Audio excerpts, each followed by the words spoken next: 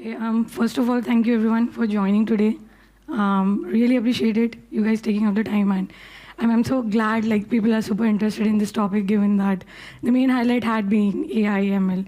So mostly this topic is in the track of engineering, design, software systems. So I'm pretty sure if you learn like one nugget, it will make my presentation successful. So I'm Tanu, I work for Bloomberg. This conversation that we're going to talk about is mostly about design patterns. So let's get into it. So what do you think about when you think of, what comes in your mind when you think of a spaghetti code? Like just spit out whatever you think of spaghetti code looks like. Anything in the room? Messy code? Yes. Legacy, yes. Everything comes under spaghetti code, I agree. So spaghetti code, like something, a piece of code which has a lot of functions. There are like so many methods which you just can't even figure out what does that class do. Does it ever happen with anyone? Okay. Good, I like to read the room. So maybe like so many functions, like you don't even know why that class is named like that. Like xyz.com, or this is the name of a company. But I don't know what that page is doing, giving so many features, functionalities. But what causes spaghetti code? Lack of planning, tight deadlines, or maybe adding features without refactoring. The problem is, even if you put everything together, there's a higher chance that things may not work properly on time. Because you can't plan everything ahead of time, right? Giving you a short intro, I'm Tanu, I work for Bloomberg at their New York office. And throughout my career, I have used design patterns and system designing thoroughly, very rigorously, which has helped me become a better programmer. So I hope this whole conversation will help you avoid poorly structured code. So the agenda for today is, we'll first go through the basic pillars, in which I'll cover what is UML diagram, solid principles, which I sometimes expect people to know, but it's okay, we'll do a refresher. And then eventually we'll lean into categories of the patterns, starting from creational, structure, and behavioral patterns. We need to understand the UMLs and solid principles before we get into the integrity and like intricacies of design patterns, like what they are, how they look like. So, starting with the UML diagrams. So UML diagram are basically like a narrative of how you want to show or present a software, like how it looks like. For example, UML diagram, when you have a visual presentation, very basic example, inheritance. You're inheriting class, having an abstraction. It's a visual communication tool for a software system. So how inheritance looks like, we discussed about it. So let's say this is the class, and you're inheriting, and you have two types of payment, cash and card, and there is an abstraction of payment. So you're just deriving and sharing the behavior of the parent class. It's a relationship. All these things really important before you move into the next topic. It's a relationship and a dotted line, and it's cash is a payment, as I mentioned, card is a payment. Very basic. Moving on to the next very important concept, which is aggregation. It's like how objects reference to the other object. We are not creating an object, we're just referencing. The objects already exist. So for example, playlist has a list of songs, right? Song, multiple songs, playlist, composers. So the way you express is with the diamond, it has a relationship. Inheritance is a relationship, it has a relationship. So diamond with a solid line, and a playlist has songs, as I mentioned. Moving on to our next basic pillar, solid principles. It's a set of guidelines for software development, and it will help you move away from a messy, unstructured code. These are not strict rules, but like practical guidelines which are recommended to use, and I'll explain you what this whole thing is about. Solid, and I'm done for the presentation. Bye. I'm kidding. So starting with the first one, single responsibility principle. Uh, this principle explains that a class should do one and only one thing. One thing, single responsibility. For example, let's take an example. I am a huge fan of examples because I don't understand concepts on a higher level. So every concept that I'm talking about will have an example. So let's say this is an order class, which is doing, what it does is it's processing an order and it's sending a confirmation, right? Very, very basic structure class doing processing an order and sending confirmation. But there is something missing. This is not the right way to make a class. What the class is doing two things. It's not only processing the order, it's also sending a confirmation. That means the class is doing more than one job, which breaches our single responsibility principle. So how do we fix it? You break the class, order class, into notification manager, which just takes care of sending the notification, and it breaks into the another class, order, which just processes the order. So two things. Separate class, single responsibility, no mess. Moving on to the next principle, which is open-close principle. Software entities, basically class should be open for an extension but closed for modification. What do I mean by that? Another example, so let's say we had a notification manager which is sending an email confirmation. Right? And let's say product, like who is a big fan of a product coming up with a new requirement and asking you to fix something or add another feature. For example, now they ask you to add SMS notification. Okay, it should be easy for product to say like, oh, just add one more. You already do email notification, why not just add another one? And what we typically do is just pick the class, add another method, send an SMS notification in the same class, which is wrong.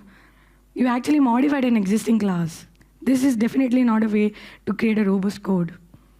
The way to fix this is, first of all, abstract. Abstract what the feature is. That means create an abstract class which is only going to take care of notify. And then you create the concrete classes, making email notification and SMS notification. So this is how you take care of the open-close principle. You didn't modify an existing class. You didn't add another method or class or function in the function in a class. Whereas you just created another class and then you just extended from the parent class, creating another class without modifying an existing class. For the sake of time and for the sake of this presentation, I'm going to skip to solid principles and I'm going to move to the last one, dependency inversion. Super important. So entities must depend upon the abstraction and not on the concretion. Let's see. So here is a user repository which is directly calling a DB connection. Very basic example, database connection. You want to call the database, get the user information or get something. So there is, if you observe, there is a tight coupling between these two classes. They are like tight dependency. So something changes in DB connection, it will ripple back to user repository. You will be forced to change the user repository, which is a bad way of writing code. So the way you fix this is, using a dependency inversion, is you abstract and don't make them directly depend on each other. That means a higher level class should not depend upon a lower level class directly. They should depend via an abstraction. So dependency inversion states that it could be vice versa, because the abstraction will be wrapping around as per the client. Client says, give me user data. Next time database changes its signature or changes something in the method, client doesn't care about it. The abstraction will take care of it because this method signature stays constant. So don't make them dependent directly. Have an abstraction between them. So now, like, just to give you an example why we are learning these examples, why it matters, is if you do this way, you know that testing becomes a huge part of the problem when you do not know how to add a mock. If you have concrete dependency, something goes wrong. This helps you exactly. This is the way you not only can inject mocks in a proper way, But it's like the ripple effect from the repository on the lower level classes would less likely impact your client. So this is what basic pillars. I conclude the basic pillars. Moving on to the main topic, which is design patterns. Who has remotely heard or worked on like any experience in design patterns? Like anyone in the room? Okay, nice. So what do you think? I know this is a definition, but any thoughts? What are design patterns? Anyone? Structuring. What comes to your mind when you think of design patterns? Reusable models. Yeah. Anything? Yeah, like reusing something, some problem you're having, you want to have a recurring solution. Totally. So these are like pre-packed solutions, basically what you talked about and what you said for typical software design problems. But how do you define a problem? That's also a very, very important thing. Like, how do I define a problem before I get the solution? So you need to understand what the problem is. What am I trying to solve before I could even propose a solution? So for that, you first need to understand the categories of pattern. So like which category of design pattern you're trying to solve. There are basically 3 categories of design patterns, which is creational, structural, and behavioral. Starting with the creational pattern, it takes care of the object creation mechanism, like how objects are created. It hides how instances are like the concrete class, the way they are created, client need not care about it. For example, there is a car and you have concrete implementation of that one car. Moving on to the next one, giving you a brief. Structural, making 2 different classes, 2 different structures compatible with each other. Not creating an object, making them compatible with each other. So, for example, I don't speak German, so in order for me, or Italian, for me to communicate with anyone, I need a translator in between. Want something like an adapter. That's how I make I make things compatible. Moving on to the last one, the behavioral pattern. This is very, very interesting category, behavioral pattern, because without even we realizing, like there's like a lot of things which come under this category. So let's say if I want to travel from Bologna to Rome, and I just hand it over to a travel agency and I ask them, just make an itinerary. I know it's not too far, but for me as a new person, can you do something for me? They say, yeah, tell me your budget and tell me what's your timelines. Based upon that, I'll do something for you. So you're like, okay, you can go by car, you can go by flight, or if you don't have budget, just go walk. So do you realize like what's the difference? This thing is using an existing system. The travel agency is not generating any mode of commute for me, right? It's just using it. So that's like behavior.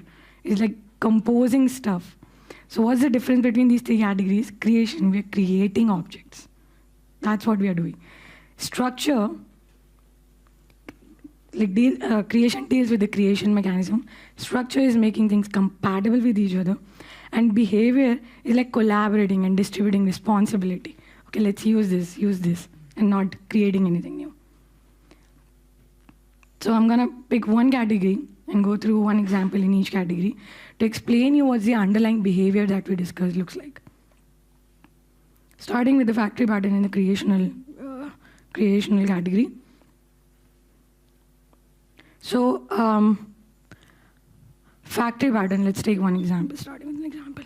So a client is creating a card object if he wants to make a payment, and it's creating a cash object, right?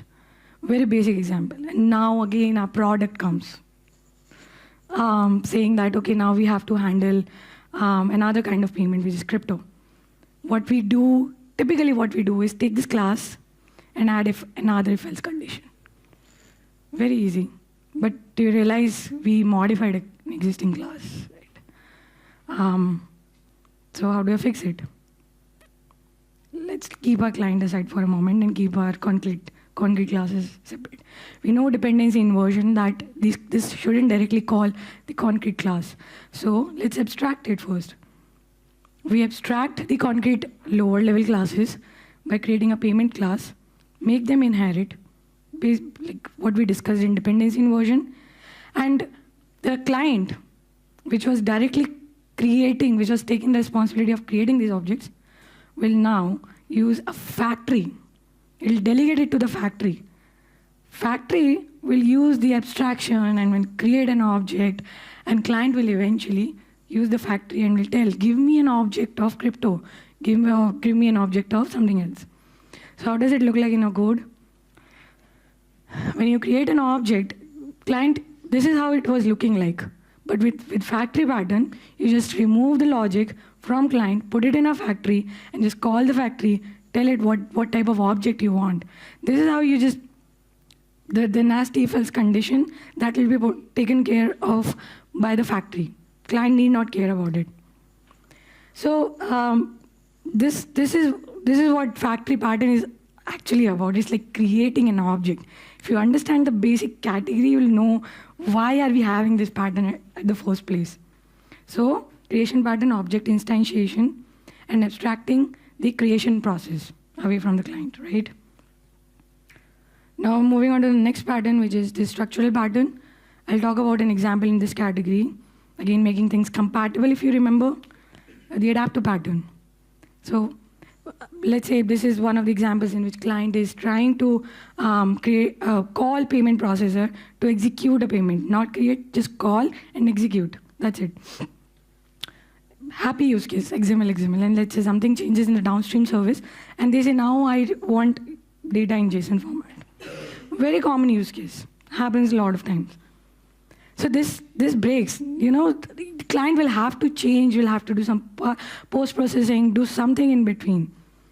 So basically, you will end up modifying the client, which will be breaching your open close principle, like you're modifying the class. You should technically extend it. So let's fix this. Let's keep our client aside, let's keep our payment processor aside. And first of all, let's take care of the abstraction part, dependency. Let's not make them tightly coupled. So let's abstract it. But just abstraction doesn't help, because I have to do the conversion from XML to JSON. So something should be doing the processing, the parsing part. That means I need an adapter in between. Adapter will take the behavior of the abstract class, which is payment service. And then the adapter will do the parsing in between that was previously supposed to be done by client. And then it will call the downstream service with JSON format. And eventually client will use this abstraction with the adapter linking to the downstream service. So this was like structural compatibility. This is what we did. So how does it look like without adapter pattern? So you are making a direct call to the payment processor. Now with the adapter pattern, the client needs to call the adapter. Adapter will take care of the formatting and all the nasty business in between, and then finally call the processor. So client just needs to call the adapter. This way, what we actually did is help the client first of all not change whenever something changes in the downstream service, and also if there was a tight coupling, so there's like testing issues, and if you have them abstracted, this will help you remove the rigidity in the code. So overall, object composition and organization of the classes and the objects. Last pattern, behavioral pattern.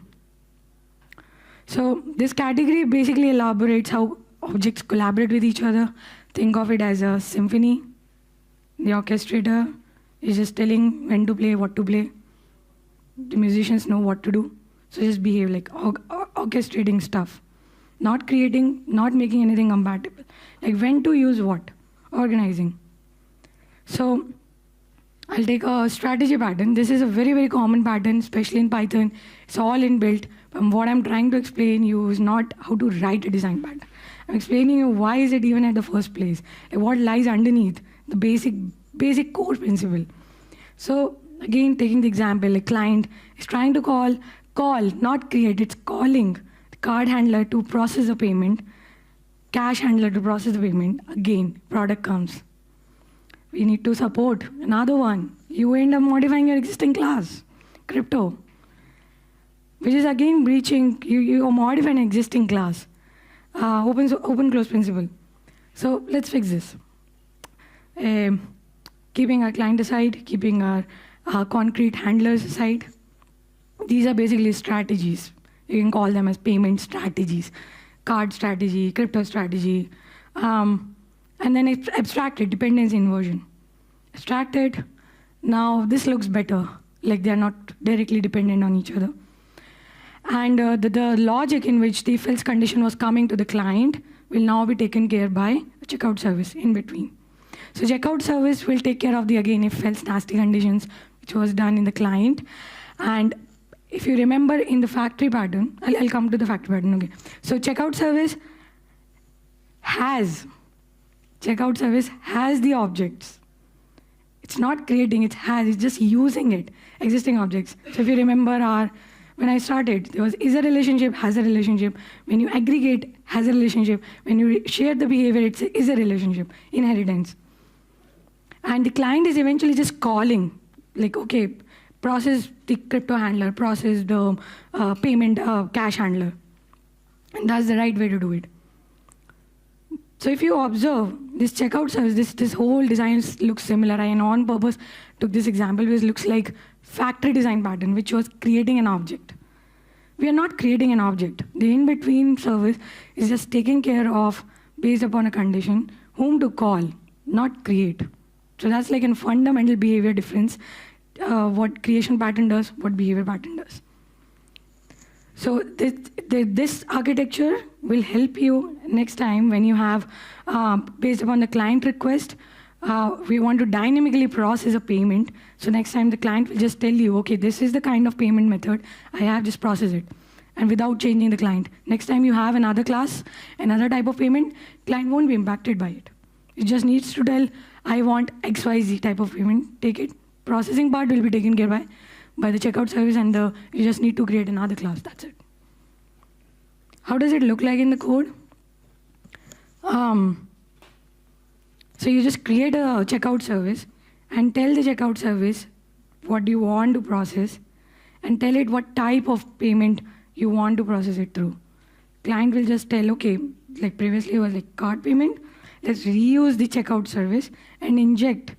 Tell it, okay, now I want to process a card payment, crypto payment. And then eventually the checkout service will take the type of strategy and just call process the payment. This way you abstract it, and now we make client away from the concrete dependency between two classes. Last slide. So what we talked about in behavioral pattern is like how objects responsibility like distribute, orchestrating different types of objects together and making them not compatible, but making them orchestrate with each other. So to add furthermore on this, there are like multiple different types of patterns in each category. So next time if you see any design pattern, ask this very fundamental question, what exactly is this thing doing?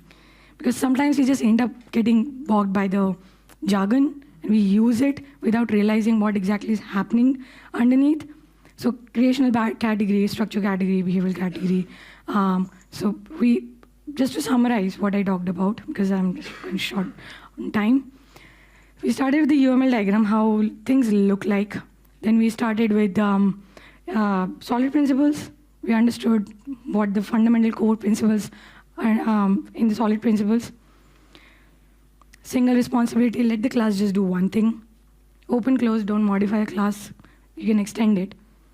Behavioral, help change the behavior on runtime. Inject dependency, behavior, and orchestrating stuff.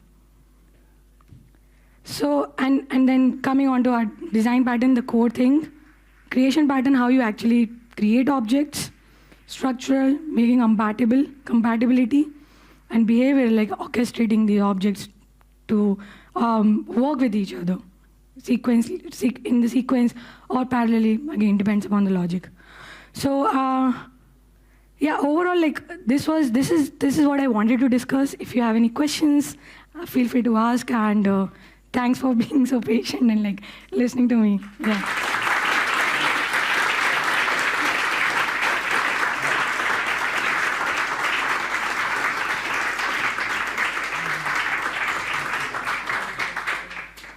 Okay, thank you so much. Of course. It was very inspiring.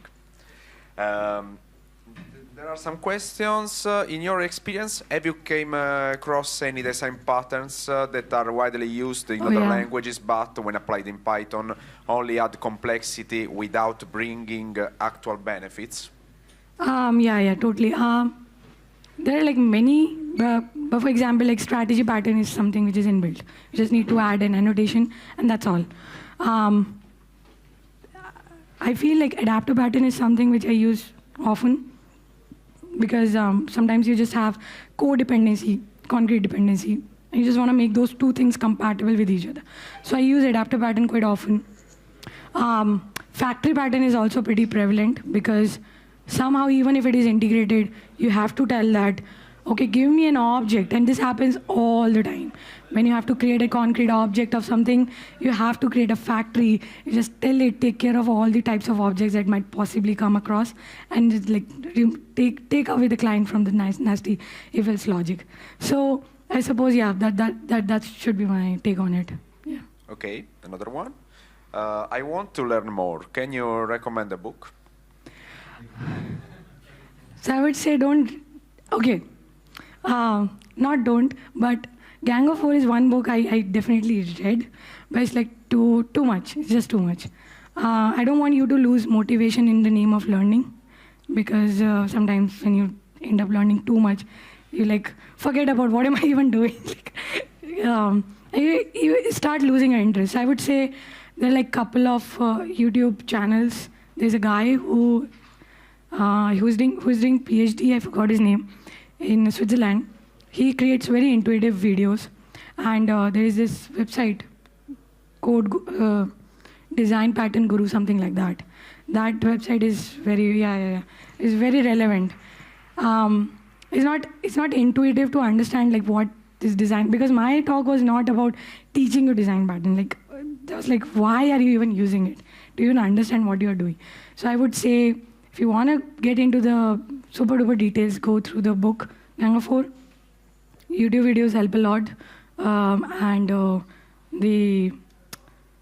what was the name? Excuse me. Refactoring Code Guru something. Yeah, that website is super helpful. So yeah. Okay. Isn't bringing set of rules killing the joy of coding? Again.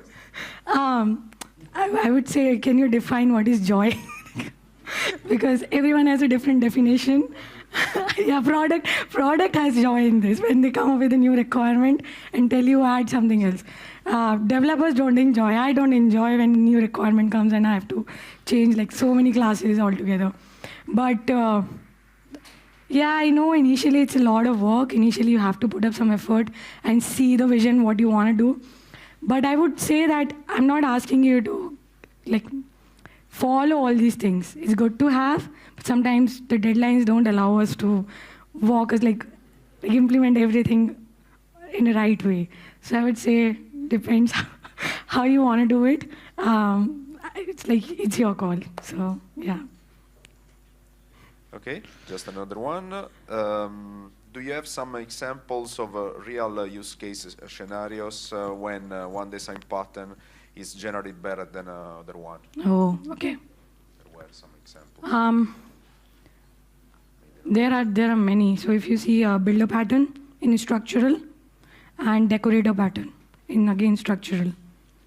So if you remember, what structural pattern does is it's making things compatible, not creating, not orchestrating, it's just making things compatible.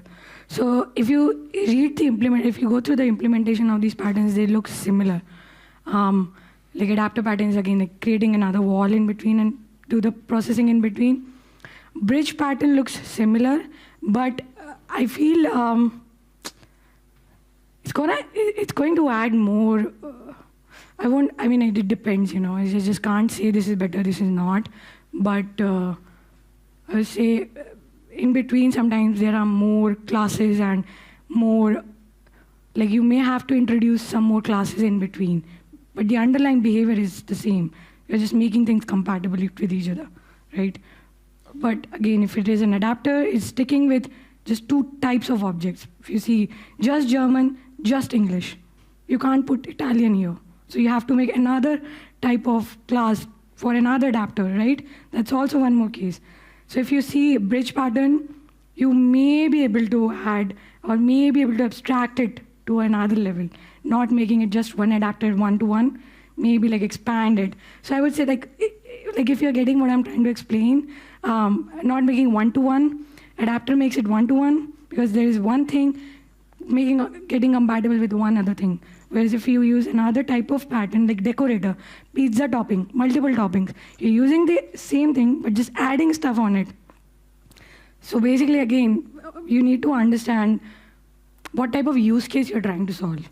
So if you just, that's why this talk is super important, because you just can't pick and just throw some sort of design pattern and think of, oh, I'm using a design pattern, so my design looks really good. So the problem statement should be clear to you. So, yeah. Okay, I agree with you in thinking that in software design it's very important to apply design patterns. Of course. It's very important. So, thank you very much, Tanu. We can